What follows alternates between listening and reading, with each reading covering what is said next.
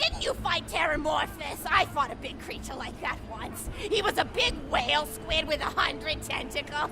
You ever thought anything with tentacles? Oh, of course you have. Terramorphous had tentacles, how silly of me. Now, where was I? I am so sorry. All right, the whale creature. His name was Blowhole the Apocalypse. I called him the Apocalypse for short. And he attacked my hometown of Tsunami's Edge when I was but a little girl. You ever been to Tsunami's Edge?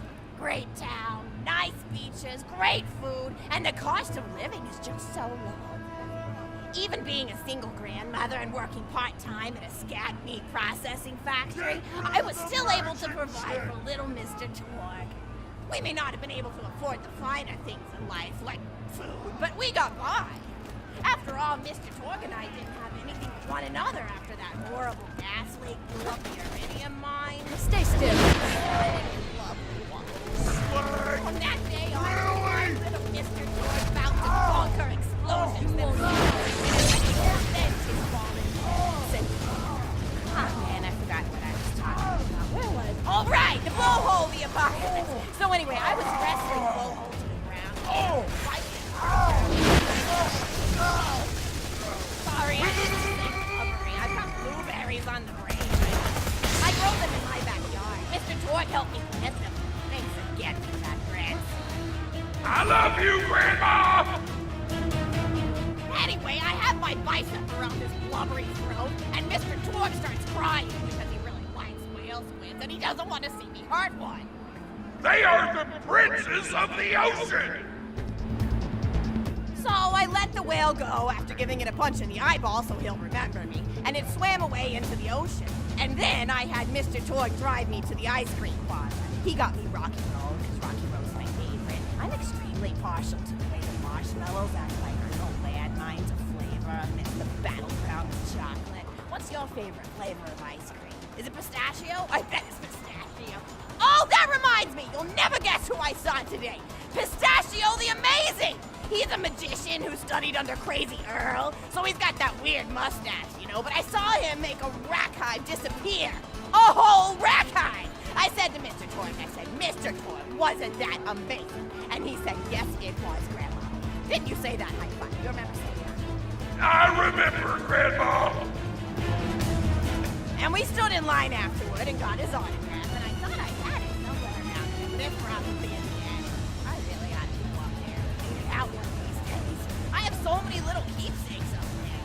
Are you paying attention, right? Hey, what's my favorite flavor of ice cream? Oh, so you are listening. How wonderful. You're an even better listener than my old pet rack, Beasto. Beasto was such a sweetie. You ever had a pet rack? If you can tame them, they are the sweetest pet you'll ever have. He used to just sit on my shoulder and bite chunks of flesh out of my neck to pass the time. I still remember the way he used to tweet. He went, tweet, tweet. It was so cute.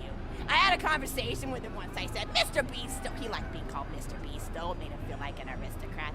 I said, Mr. Beasto, you're looking very cute today. And he said, oh, thank you, that's so nice. Or he tweeted in a way that made me know that's how he felt. And then he lowered his little head like he was taking a bow. It was adorable.